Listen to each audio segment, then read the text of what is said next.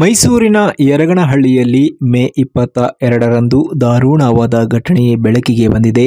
ಒಂದೇ ಕುಟುಂಬದ 4 ಸಾವನ್ನಪ್ಪಿದ್ದು ಎಲ್ಲರನ್ನ ಬೆಚ್ಚಿ ಬೀಳಿಸಿದೆ.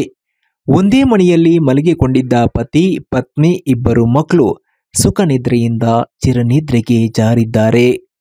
ಮನೆಯಲ್ಲಿ ಮಲಗಿಕೊಂಡಿದ್ದಾಗ ಅನಿಲ ಸೋರಿಕೆಯಿಂದ ಒಂದೇ ಕುಟುಂಬದ 4 ಮೃತಪಟ್ಟಿದ್ದಾರೆ. 45 ವರ್ಷದ ಕುಮಾರಸ್ವಾಮಿ ಹಾಗೂ ಇವರ ಪತ್ನಿ 39 ವರ್ಷದ ಮಂಜುಳಾ, ಮಕ್ಕಳಾದ 19 ವರ್ಷದ ಅರ್ಚನಾ, 17 ವರ್ಷದ ಸ್ವಾತಿ ಮೃತಪಟ್ಟವರು. ಮೃತ ಕುಮಾರಸ್ವಾಮಿ ಕುಟುಂಬಸ್ಥರು ಚಿಕ್ಕಮಗಳೂರು ಜಿಲ್ಲೆಯ ಕಡೂರು ತಾಲೂಕಿನ ಸಕ್ಕರಾಯನಪಟ್ಟಣ ಗ್ರಾಮದವರು.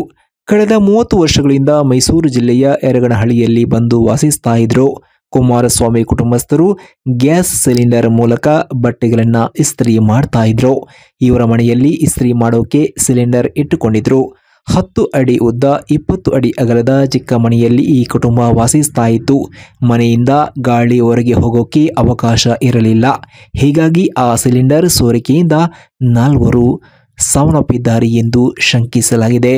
ಸದ್ಯ ಮೈಸೂರಿನ ಜೆಎಸ್ಎಸ್ ಶವಗಾರಕ್ಕೆ ಮೃತದೇಹಗಳನ್ನು ರವಾನೆ ಮಾಡಲಾಗಿದೆ. ಗಂಡ ಕುಮಾರಸ್ವಾಮಿ, ಪತ್ನಿ ಮಂಜುಳಾ, ಮಗಳು ಅರ್ಚನಾ ಹಾಗೂ ಸ್ವಾತಿಯನ್ನ ನೆನೆದು ಸಂಬಂಧಿಕರು ಕಣ್ಣೀರು ಹಾಕ್ತಾ ಇದ್ದಾರೆ.